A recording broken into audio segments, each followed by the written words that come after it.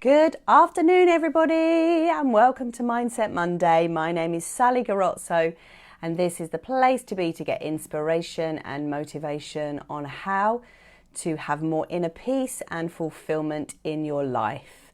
So today's session is actually called Money is Not a Thing, Money is a Feeling.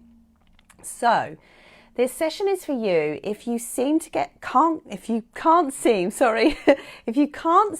to get past the threshold of earning a certain amount of money. If you want to understand more about the relationship between mindset and money, and if you're ready to stop complaining about lack of money in your life and take some action. So grab a notebook and pen and let's go. Okay, let's start with a statistic. So, did you know that 70% of lottery winners go broke within 5 years? That is very, very telling indeed. Why on earth do you think this is the case? Well, here's the thing. When you look at the rules of the mind and how the mind works, can't get my words out today, how the mind works, it's very easy to see. So, one of the rules of the mind is your mind always moves you towards what is familiar and rejects what is unfamiliar. So if not having money is familiar to you and you don't know how to work with the rules of the mind, you will automatically create habits and behaviors that will put you back where you were. So it's called self-sabotage. And if you want to know more about it, the go-to book is called The Big Leap by Gay Hendricks. So we always return to that set point that we find most familiar. And so knowing this, we realize that money doesn't answer all our problems. Working with the mind answers our problems. Okay, so let's just go back to that title for a minute. What do I mean by money is a feeling? Well, if you've been living in the 21st century, which I hope you all have, you will have heard of a thing called the law of attraction. And if you don't know what I mean by that, check out a film called The Secret, or check out Abraham Hicks, because they really have the corner on the law of attraction. And whether you believe in the law of attraction or not, it doesn't matter because it still works, just like gravity. You don't need to believe in gravity for gravity to work. So the law of attraction says that life must reflect back at you what you are feeling, what you are really, really feeling. So I find this very, very interesting because it means that your feelings about everything, including money, are so important. The more free and abundant that you feel on the inside, the more life lines up the circumstances to show you more of that. And on the flip side, the more stress and frustrated you feel on the inside, the more life lines up circumstances to show you more of that too. So who have we got today quickly? Hi Kaina, hi Kev, hi Donald, and hi Sarah. Lovely to have you watching. Okay, so sorry about this. Okay, so what I just said was that so the more free and abundant you feel on the inside, the more life will reflect that back at you. The more stress and frustration you feel, the more life will reflect that back at you. So that is why it's so important to focus on the way that you feel when it comes to money. Yes, of course, we need a strategy and a plan of how we're going to make it. But if we're always avoiding our feelings around money, then you can have the best plan in the world, but it's not going to come to fruition because you will always be sabotaging it. So we know that money is a feeling. And so we have to ask ourselves, where do these feelings come from about money, right? Well, they come from our childhood, of course. If you're watching this, you will know that I talk about childhood all the time. So Our emotional set point is set in our early childhood. So what we can expect about money and from money is all set too. We learn about money. We learn about how to earn it, how to lose it from the adults around us, from our parents, from our teachers. And then we wire those beliefs in, or those beliefs stay with us until adulthood, until we rewrite our brains in adulthood. So, before I talk about beliefs, I want to take a quick sidestep into another area because I think it's really important. So, typically, we avoid talking about money. It's quite a taboo subject, probably more taboo than sex, maybe, who knows? And I wonder why. And I think it is because money can be a big old trigger. And the reason it makes us feel triggered is because money, or lack of it, really affects our ability to get on in life. And if we're seeing others getting on in life, we get jealous often. You know, people have murdered over money. We get frustrated with ourselves, especially if we are failing to face the fear required to get past our money blocks. So there's a lot of emotion around money. This is what I mean, that money is a feeling, not a thing. So it's a delicate subject, and I really believe that we need to talk about money so that we can get past it, because what you suppress gets repressed, what you repress gets suppressed, and if you bury it, it just gets worse and worse and worse. So we do need to open up this conversation about money. We need to learn to understand it. We need to talk about it. Whether you like it or not, money is not going away. We need it. We need it to train ourselves, to educate ourselves, to keep ourselves fed and watered, to keep ourselves in line with the law, to keep ourselves just functioning as healthy, whole human beings. So money ain't going away. It's not going anywhere, whether we like it or not.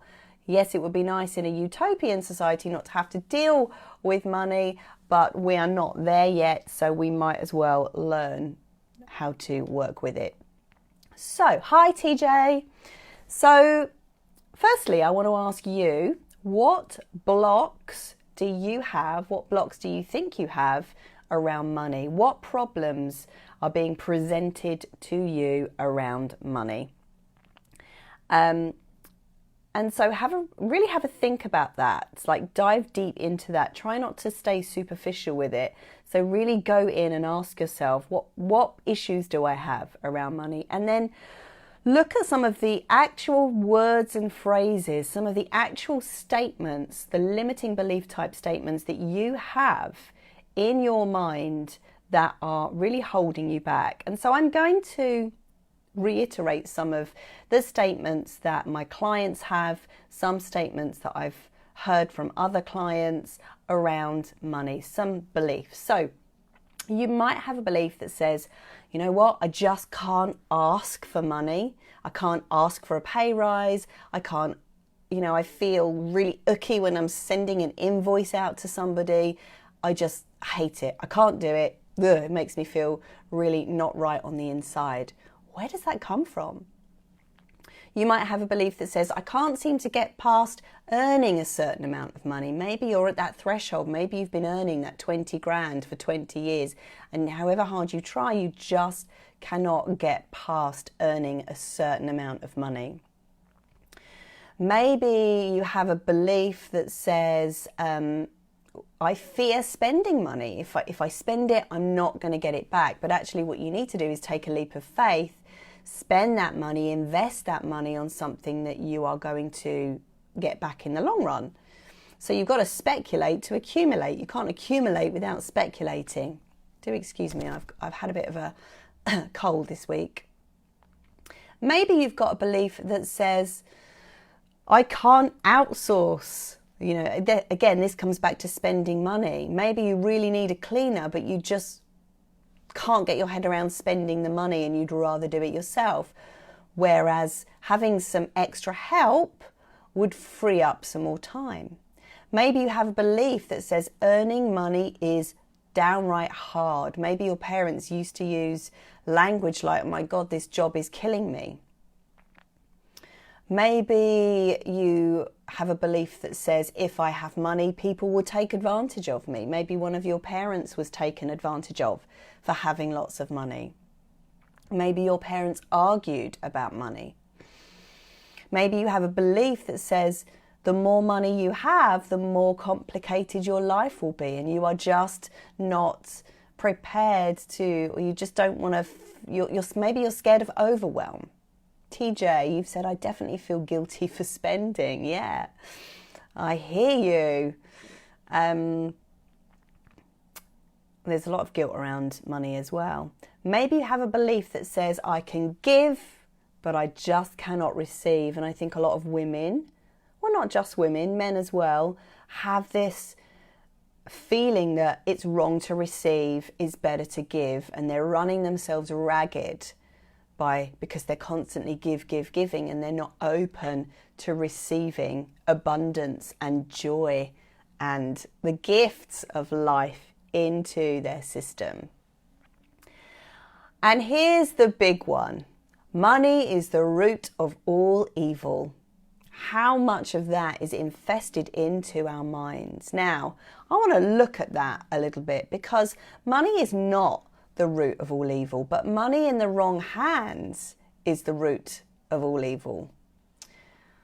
Money in the hands of people who have great intentions, who do philanthropic work, who tithe their income, who put money back into society, are extremely powerful indeed. And so money in the right hands is the opposite of evil. It's wonderful. It's life-changing. So if you are a good person, and if you're watching this, you will be. If you're a good person with great ideas and great intentions, great ideas to solve some of the world's problems, then your desire for money is not selfish. It's there for a reason, because with that money, you can do such good work. You can do amazing work. You can do life-changing work. And of course, you can save a little bit for yourself as well. Why not get one of those exquisite, expensive, beautiful 2-hour-long massages? Why not? Because if you are fueled up, if you're juiced up, if you feel great inside, you're going to have more energy to give. It's a cycle. It's a flow. Money flows.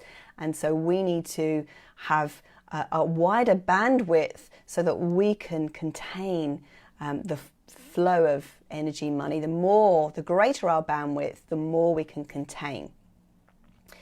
So where do these money blocks come from? Well, of course, they come from childhood. We are like sponges when we are children, and we literally pick up everything our parents say and do around money. So what did your parents used to say to you around money? What was the vibe that you picked up as a kid? What was it like for you? What was the narrative and the feeling and the vibration that you learn around money?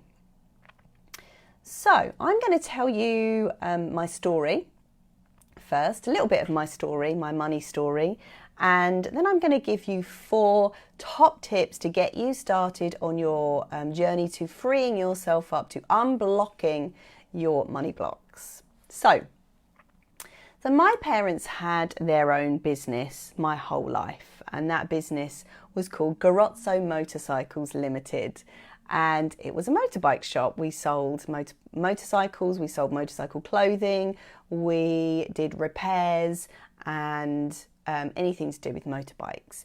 And it was a great business. It was at the heart of Blackfen Road in Sidcup, and my dad was the driving force behind that business with so much passion and enthusiasm for motorbikes. And my mum was the wind beneath his wings, always kind of diligently showing up, doing the paperwork, and to really support that business. So lucky for me, I've always been around people who have had their own business and who really encouraged me to have my own business as well.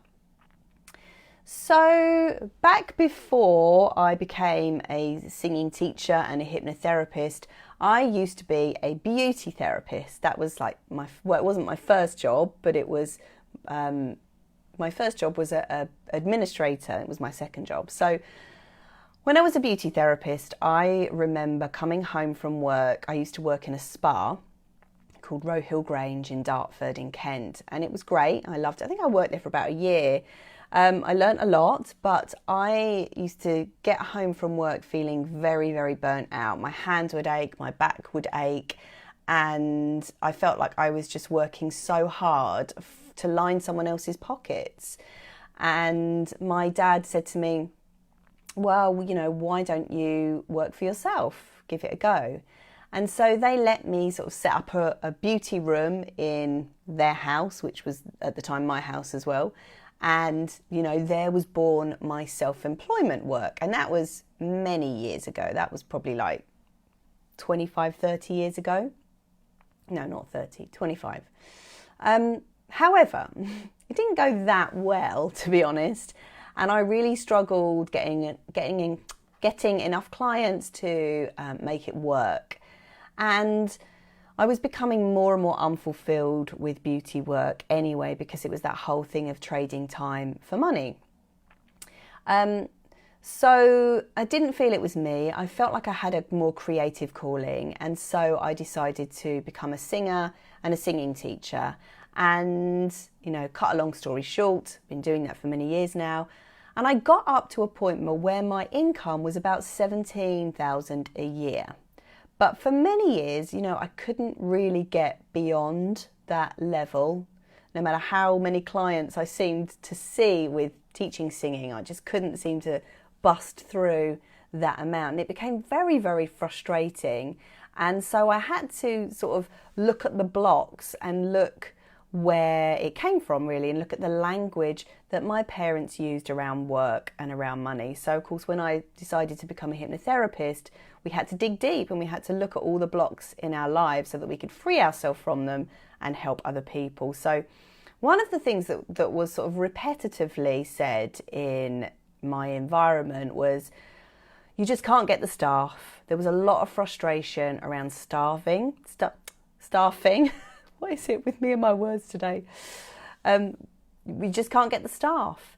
And so I spent many years myself working alone, not outsourcing, with this deep-rooted belief that staff will let you down. People just won't be able to do the job as well as you.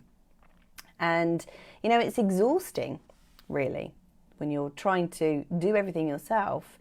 And I also had a belief that work was unfulfilling, work was tiring, work was exhausting, and work kept you trapped, because that was a common theme, especially with my mother. And I had a belief as well that, my mum and dad had their own business and they were very, very fortunate, but sometimes there would be arguments, and I think subconsciously I said to myself, this will never be me. I will never get to a point where I'm that stressed and that burdened with a business, because it felt like pain and a loss of freedom. And of course your mind has to move you away from pain, and so what does it do? It says, I'm never doing that. That looks painful. But of course you cut yourself off from opportunities and growth and potential. So that's a mini chunk of my money story anyway. So where am I at now with all of this? Well, after investing quite a lot of money in my hypnotherapy training a couple of years ago, which in itself was facing a lot of fears because, I had to invest, I'm glad to say that my income has doubled. But it's not just that, it's the spending as well around generating that has increased too. So,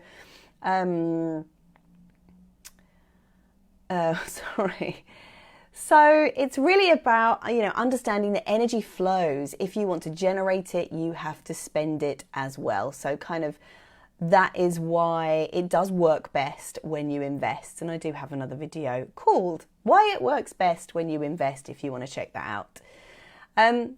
So right now, where am I at right now? I have invested in 2 more significant online trainings, one of which is going to give me more in-depth knowledge when it comes to helping perimenopausal women, which I'm looking into as my niche, and the other is a training on helping me to create a digital online course so that I can take my business more online, you see.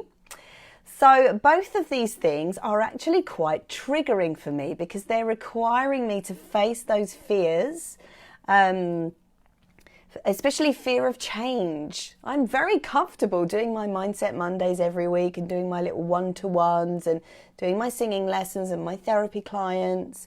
I'm very comfortable doing that, but I want to grow, I want to expand. And so I'm getting ready now to really blitz those fearful beliefs about working with others, about outsourcing, because I'm even more committed to my growth and moving forward so that I can help you lovely guys watching this. So of course there are no guarantees. There are no guarantees that my next move is going to work, but I do trust my determination, and I also trust and live by the law of attraction, which says that money is a feeling, not a thing. So as long as I can stay connected to the feeling of freedom and abundance whilst I'm implementing this strategy, I believe that success is pretty much guaranteed. So as long as I can stay in alignment, I'll be okay. So I'm telling you this to inspire you because we love hearing about people's lives and we love hearing about people's stories. So in a moment, I'm going to give you my 4 top tips for mastering your money mindset so that you can use this idea that money is a feeling, not a thing, work for you. But before I do, I want to give you my now solution to helping you through your money blocks. So for those of you who don't know me, I am a rapid transformational therapist. I'm a clinical hypnotherapist and I'm a well-being coach, and I help people move past this fear or any fear that is holding them back. And I do this through using the power of the subconscious mind. So rewiring your mind for feeling abundant and releasing those money blocks is totally accelerated through rapid transformational therapy, which is a 2-hour process done under hypnosis, which of course utilizes the phenomenal power of your subconscious mind. So in RTT, we do regression. We go back to those scenes in your life where you might have picked up a belief, where you might have picked up a money block that says it's hard to make money, money doesn't grow on trees, maybe I mustn't overshadow a sibling with money, I'll keep myself small, it's safer to be small, it's safer to not grow, money causes complications, I mustn't spend money, I feel guilty when I spend money, maybe a parent had to hide a purchase from another parent or whatever. We get clarity. So under hypnosis, we get this clarity. It's like light bulb moments going off left, right, and center. And that clarity gives you awareness. And then under hypnosis, we can really change the interpretation that you made, because those scenes don't mean anything. It's the meaning that you attach to those scenes which give you the feeling. So under hypnosis, we can change the meaning of those scenes by using language, by using perspective in a very powerful frame of mind which is attached to your emotions. Emotions leverage change. Logic does not leverage change. Trying to logic your problems away is like a fly trying to get out of a window by hitting itself against the wall. It's just frustrating. So RTT is a highly transformational tool. It's the most transformational tool that I personally have come across, and it really has changed my life because it is rapid and it is rooted in the science of neuroplasticity. So if you do work with me, here is what you get. You get a free call, you get a free discovery call, no obligation discovery call. I'm not a pushy salesperson. I believe in RTT and I believe in myself, so I don't need to push you. So you get that, and we get really big clarity on what it is that you want, because the success of the treatment is decidedly about your ability to know what you want. And we get clarity on that. Then you have your 2-hour RTT session, which is done here or online, and it works just as well online. You then have access to me via WhatsApp for those 30 days, and we can bounce ideas backwards and forwards. You also then get 2 coaching calls as well, and it's really necessary to do a bit of reflection during these coaching calls, because one of the ways in which you change is retroactive, and retroactive change means you don't know you've changed until you're prompted and asked to look back. So it's a weird phenomenon, really, but that's why those coaching calls are so important. Okay, so of course, if you would like to have a free call with me, just drop me a direct message and I can send you the link, or visit sallygarozzo.com/contact.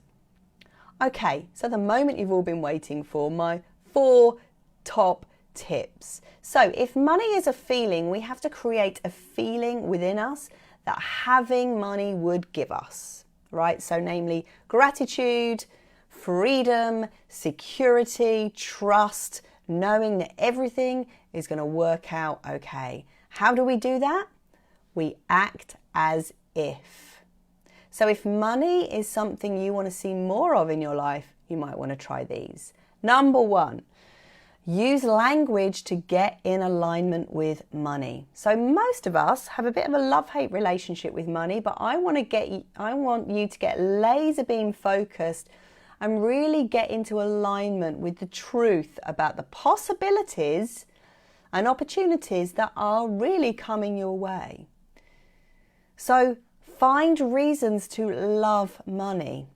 Find reasons to be grateful for the money that you have in your life, because the universe, or aka life, always listens to the ones that are grateful, just like you would. You know, you would prefer listening to somebody who was inspiring rather than somebody who was complaining all the time. And the universe is no different. Think of the universe as a person. Who would the universe rather listen to? Somebody whining and moaning about how difficult life is, or somebody who is appreciative, inspiring, always looking for solutions? So, write down or say out loud, I love money because, and then you finish that sentence. So here's mine. I love money because it shows me how I'm doing. So while I love myself and I accept myself exactly the way that I am, I know there's always room for more alignment, more receptivity, more joy, more love. And I love money because I can truly express myself with money. I love money because it means I can give some of it away, and I love the feeling of giving some of it away. I love seeing people's faces when I give them surprise monetary gifts. And so you can try some of your own. So be creative with it. Don't just say, I love money because it makes me feel safe, which is true, but think outside the box. I love money because it helps keep me warm. I love money. Think of your own. Okay, so number 2, use surroundings to get in alignment with money. So if money is a feeling, do what you can right now to make yourself feel like $1 million. All right, so how can you transform yourself and your environment to feel like you are already a millionaire or on your way there? Okay, how can you raise the energy of your home, of the way that you present yourself? Can you clear clutter? Can you go to a charity shop and buy some things that will help you feel more like you're living in more luxury? How can you hold yourself like you have $1 million in the bank? If you had $1 million in the bank, how would you hold yourself? How would you speak to people? So, yeah, smile the smile of somebody who has no problems. And, when we smile, we send a really, really strong signal to our brains that everything is okay. This is the treatment that I give people who are depressed. Just smile anyway.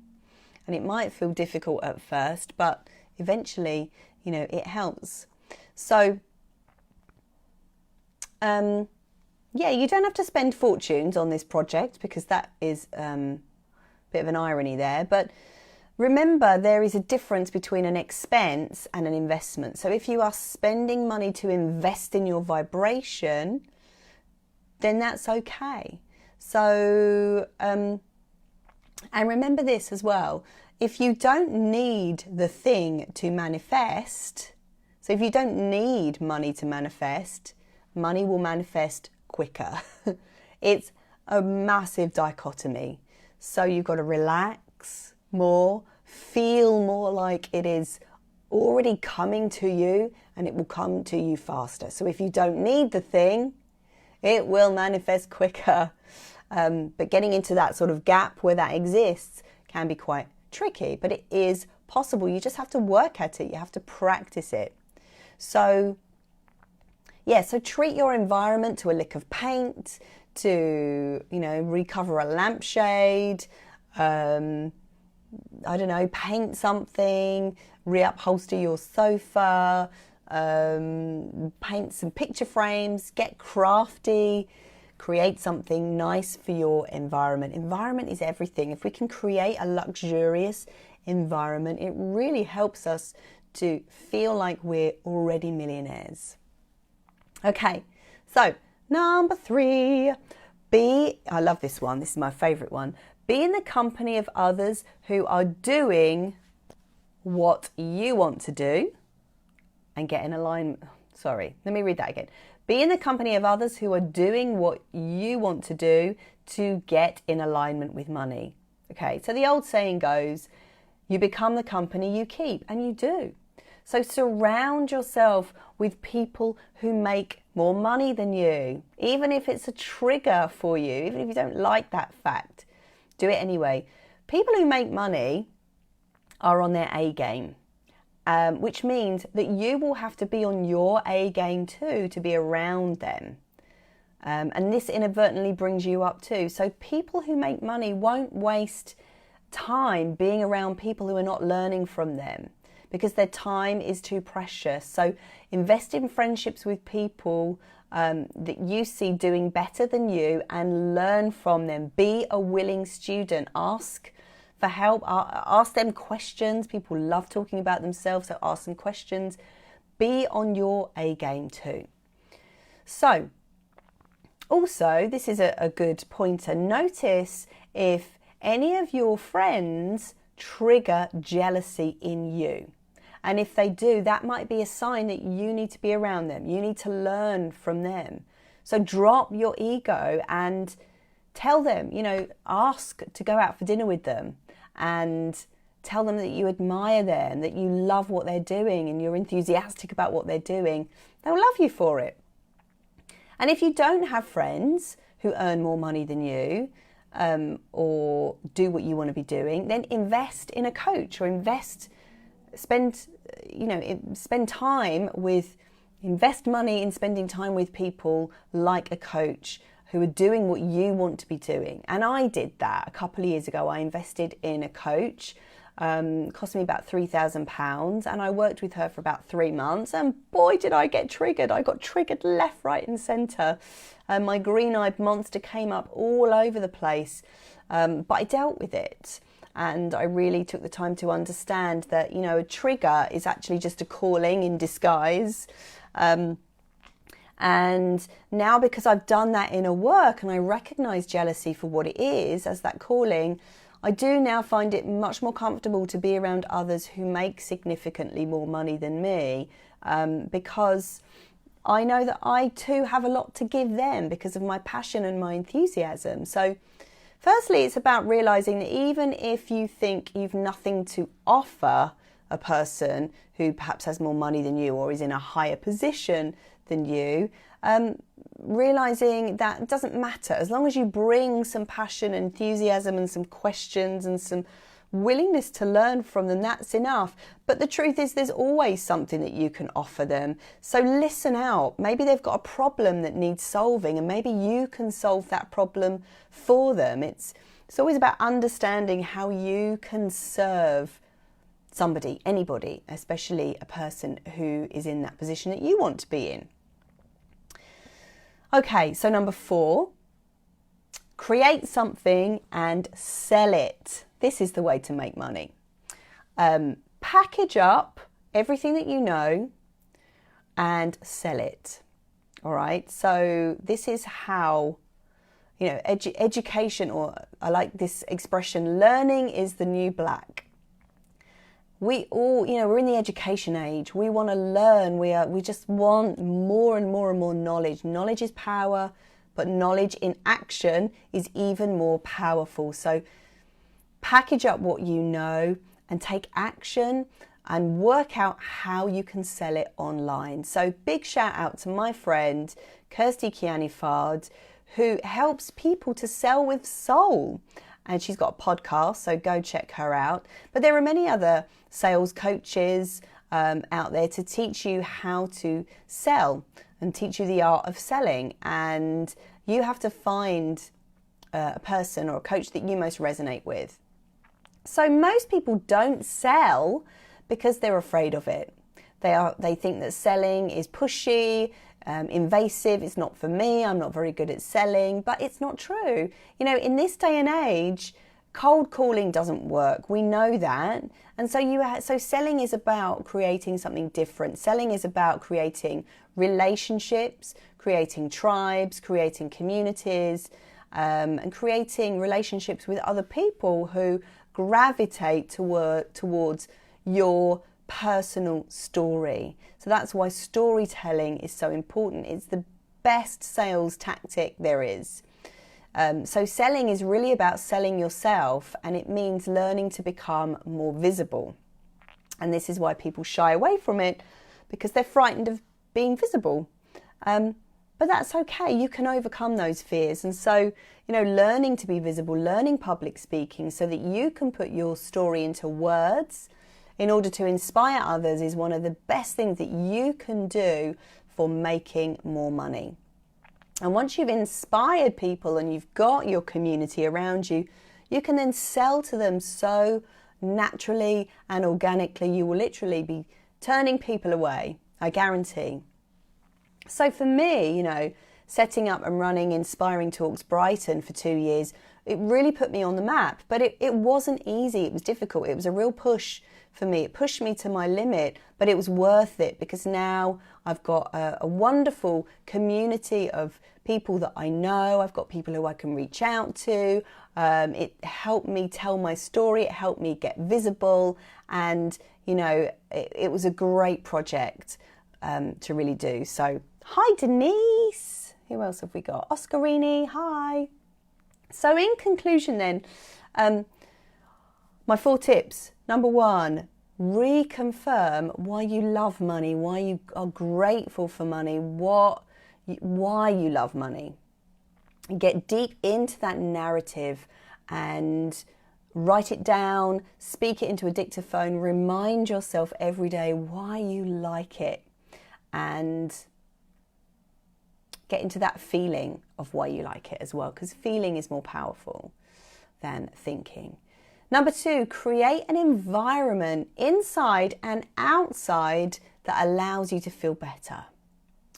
Number 3, surround yourself with people who are doing a bit better than you, even if it's a trigger, and learn from them. And number 4, package up your story, create a community around that, and the selling bit will be easy. So that's it. I do hope you've enjoyed this Mindset Monday, and the reason I hope you've enjoyed it is because I have a little announcement to make. So I'm going to be pressing pause on Mindset Monday for a while, and instead, I'm not going to be doing live videos anymore. I'm going to be doing little written posts and little kind of nuggets and infographics and stuff. And the reason being is because I need to free up some time for myself. So I am taking things in a little bit of a new direction because I feel I've got a bit safe. I'm in the safe zone right now. And I am taking 2 new courses, one on perimenopause and the other on creating a digital online course. And I need some time. And the other thing is, I've decided I want to create a podcast. I'm so excited about this. Now, I'm not sure what this podcast is going to be called because I'm not 100% sure what my angle is going to be. I'm going to figure this out within the next few weeks, and I would really, really love your help on that. So I've got 2 ideas of what my angle could be. First is stress, burnout and anxiety, and second is how to navigate the perimenopause. So which one of those 2 ideas do you resonate with the most? And I've put a link above.